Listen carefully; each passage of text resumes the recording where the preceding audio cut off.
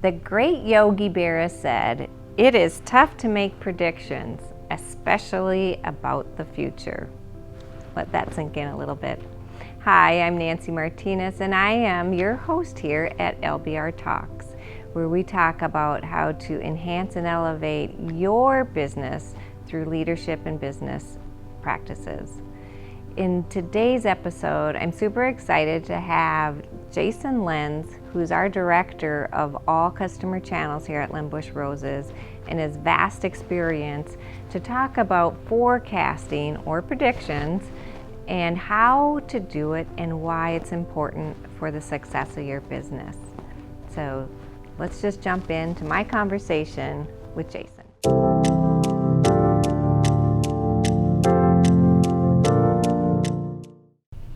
Hi, I'm Nancy. I'm your host here at LBR Talks. Thanks for joining us, and thank you, Jason, for coming back. Jason here is our director of all customer channels at Lenz Roses. Hello. And today we're going to dive into forecasting. And so I think to kick it off, Jason, can you just really tell us what is forecasting? And then we'll get into why we want to do that. Sure. Forecasting here is really about trying to estimate your needs so that we have enough product here to support those needs.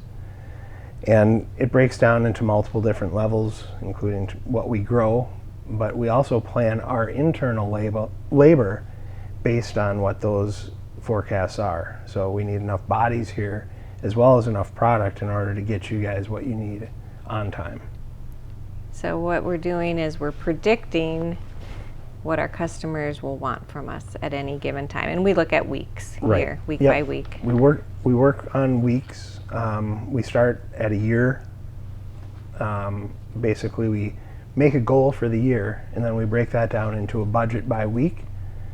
And then as we go through the year, we update the weekly forecast to say either we're on track to hit budget or we need to put some more things in the pipeline in order to stay on track. And you say we update it. So updating it with a forecast, what do we look at? So we'll look at trends. Okay. So it's been an extremely great spring. So we'll increase what we originally forecasted based on those trends that we're seeing out there. If we're having some certain marketing or sales or things that we see out into the future that we didn't plan on originally, we'll update what we're targeting as a sales number. And you know, this past year it's been a challenge. So we're going against 2020 for Easter, for example.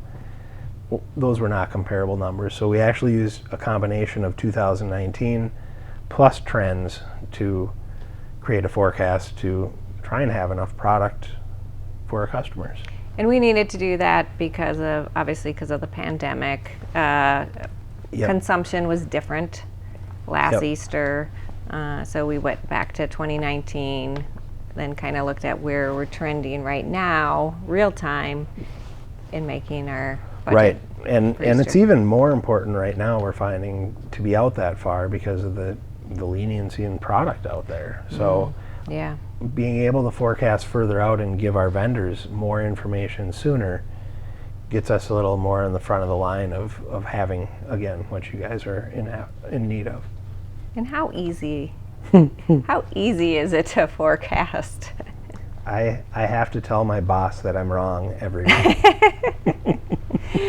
And I think there's no way you could hit it on the nose. I mean, no, it's a prediction. It's a prediction based on and information. It is wrong almost every week. But what you're doing is you're forcing yourself to get out of your comfort zone, take chances, and learn from your mistakes. Yeah. So all the mistakes I make, I then use in my future forecasts to try and make them more accurate. But it also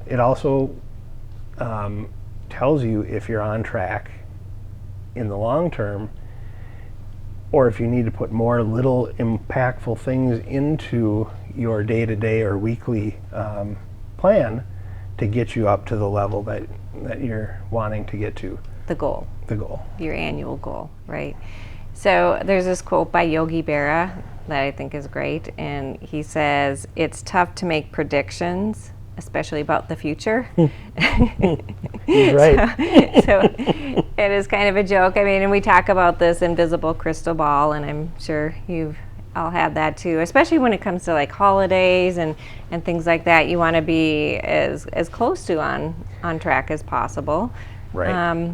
And so there's all these levers you need to use and information that you need to pull together to make those. Yeah, and you forecast guys have predictions. those same challenges. I mean, you have 10 funerals last year at this time, or you have 1 funeral this year at this time. So it's hard to really be on target every week. But again, it depends on what your goal is. If your goal is you want to take time off, or you don't want to work as many days per week, if you're an owner of a store and you want to bring in a part-time person, setting the goal to do that, finding out how much it's going to cost you, and then breaking it down into a weekly increment, and then basically forecasting is tracking on if you're in the right spot to be able to meet that goal and pay for it. Sure. So if it's going to take you $500 a week in additional revenue to take some time off on a regular basis, let's say 6 days a week, it's $250. how many a day? $80 a day. I don't know. Anyway, so then you kind of just really breaks it down to, okay, how can I make that much more in sales every day this week? What do I need to do? Do I need to create a new must-have arrangement?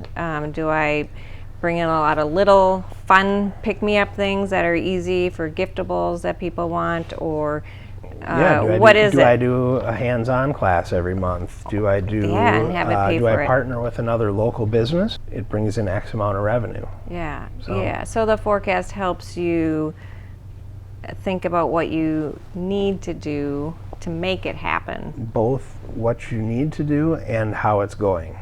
So And how it's going. the forecast forces you to be honest about if what you're doing is actually getting you in line with getting towards your goal or getting to your goal. Right. And because you review it after. So Yep. so doing it and then actually looking and seeing how close you were to what you predicted, how am I going to change that for the coming weeks? Right. And it lets you be proactive. So instead of hoping that you're going to hit your numbers this month, you're actually looking at those numbers before you get to the end of the month. Yeah. So again, if it's not looking like it's going to add up, what more do I have to put in the pipeline to get me there? Yeah, that's good. It really gets you to treat your business like a business. Absolutely. That's Yep. great. Agree. Good. Well, let's let's get our customers to get on board here and try it, so you're not hoping every week on how you're going to be successful, but you're doing what's needed so that you can be successful and celebrate your successes.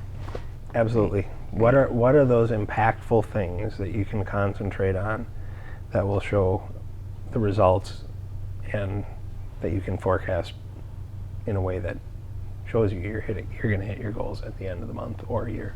That's great. Okay.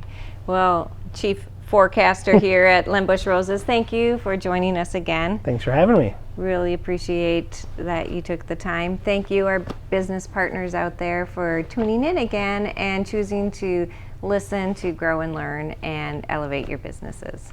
Well, that was another great episode, and I really appreciate Jason, our Chief Forecasting Officer here at Limbush Roses, coming here and sharing with you on forecasting. And I hope you take some of these nuggets that he shared and try and implement it in some way in your own businesses. See what happens. And as you know, I always like to leave with a quote. So today's real quote on forecasting is from Paul Sappho.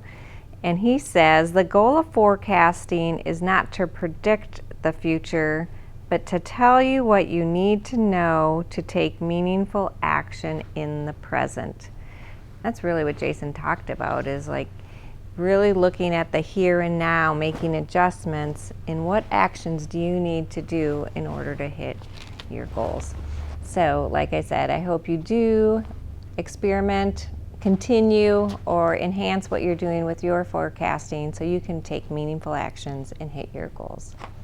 Thanks, and until next time, we'll see you later.